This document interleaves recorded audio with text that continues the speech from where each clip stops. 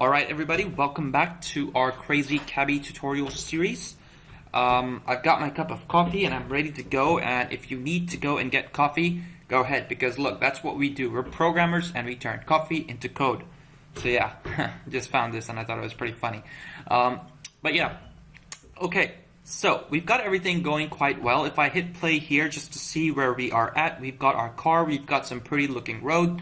If I increase the speed, we move, I can turn right and left, yes I can, but of course we don't have, road generation here. So that's what we're going to talk about today. Now, before I begin this video, I just want to say a couple of things, okay? First of all, I've had a couple of people commenting on my videos. I don't want to take any names, but I just want to say that the people who have been regularly commenting, watching these videos, it really means a lot. A simple you telling me that I'm doing okay means a lot. You just talking to me means a lot to me.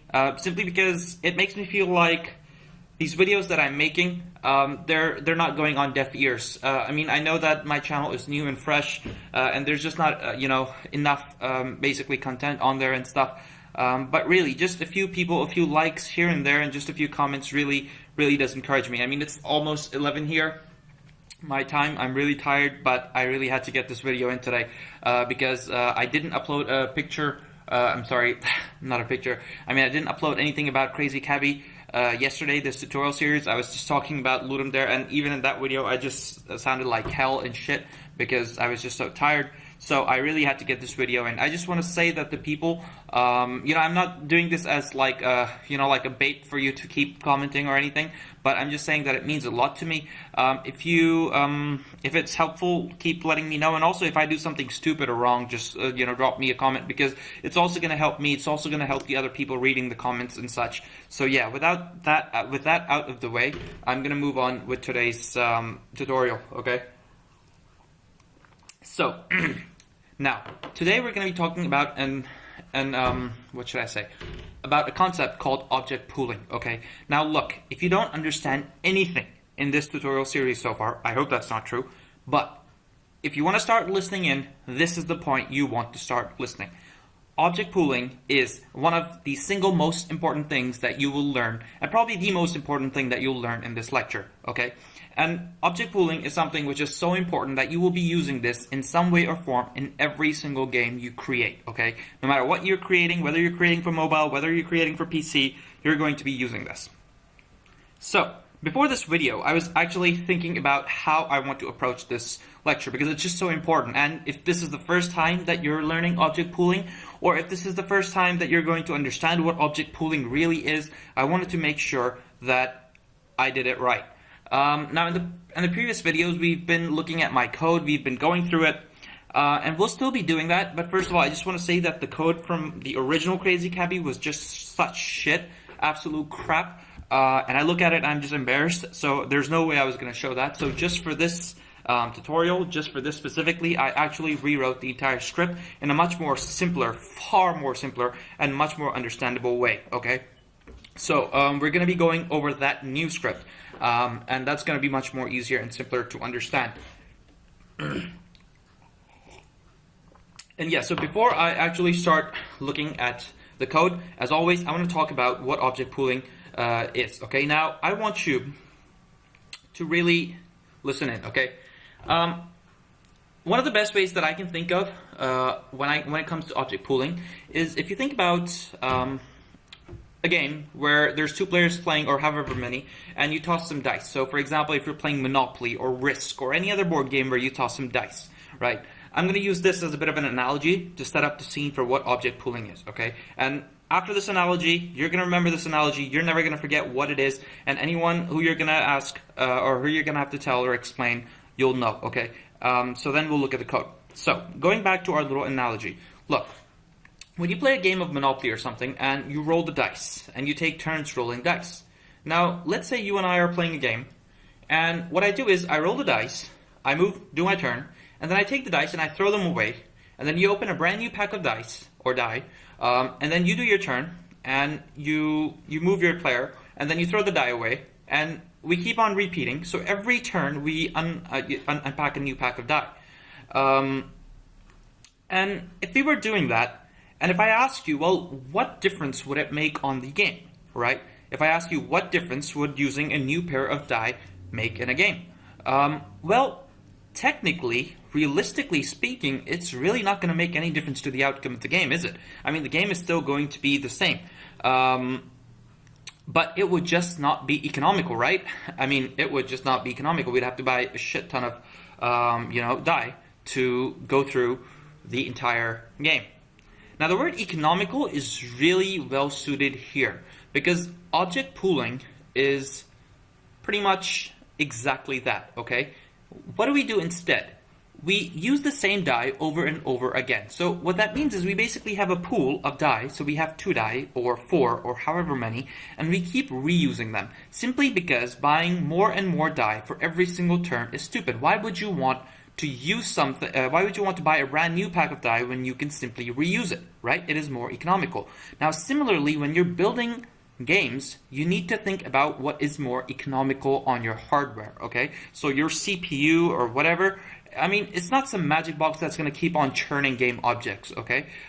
So when you think about creating these tile environments, last time we did a little bit of theory a couple of videos ago, and we talked about how we're going to be making this road, and you can imagine that, alright, so as the car comes over here, we will have another tile over here, and another tile after that. But the thing is, it's very easy to create an endless road, right? What you could do is you could tell me, if I ask you, hey, how are you going to do it? You could just say, all right, okay, so the car is, let's say, moving forward like so. So maybe just a very bad way of doing it would be, okay, so let's see. One tile is 50 units, so every time my car moves 50, I know that it's already traveled the length of a tile. So here's what I can do. I can maybe destroy this tile or let it be there and just spawn a brand new one over here. And just doing some simple maths, you can figure out where the new tile needs to go. For example, this tile here is at 200, so you know that the next tile that's going to come over here is going to be somewhere at 250-ish, right? And you know it's going to fit, and that makes sense. But the issue is, there's no difference between spawning new tiles as you go and using brand new die for every single turn. You see what the problem is here? Just like using brand new die for every single turn was uneconomical for your wallet, spawning game objects all the way throughout your game is going to be uneconomical on your hardware. Okay, so this is a very simple game. You could probably keep spawning these tiles and you'd have to spawn thousands of them before your PC gives away.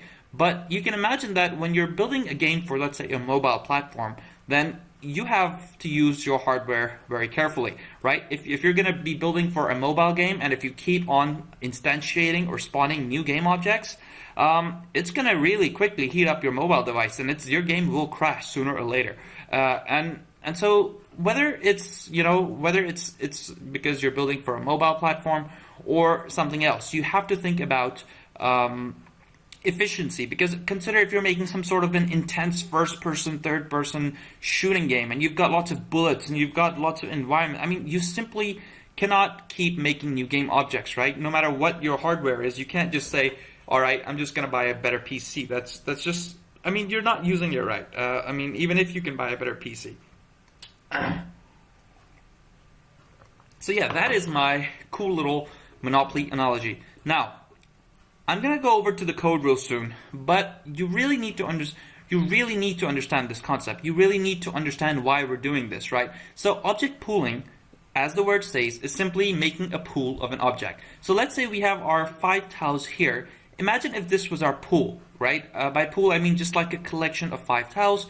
And what I'm trying to basically motivate here is that we want to reuse the same 5 tiles. Because think about it, look, once the car moves past this tile, right, we're never going to see this tile. We can't look back. We don't have a rear view mirror. So once the car moves past this tile is going to be useless. Now we can either let it be there or we can reuse it, right? The user will never know if this tile is actually here or not. If it blows up, if it, I don't know, explodes, the user will never know.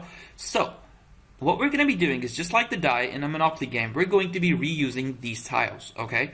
And as soon as the user moves past this tile, we're going to pick this tile up, right, from here like so, and we're going to move it, and we're going to put it at the next tile position. In this case, it would be obviously like so, Okay, so this is what we'll be doing, and we'll constantly be checking. We'll constantly be checking where our car is, and as our car moves forward, we'll keep updating our tile positions.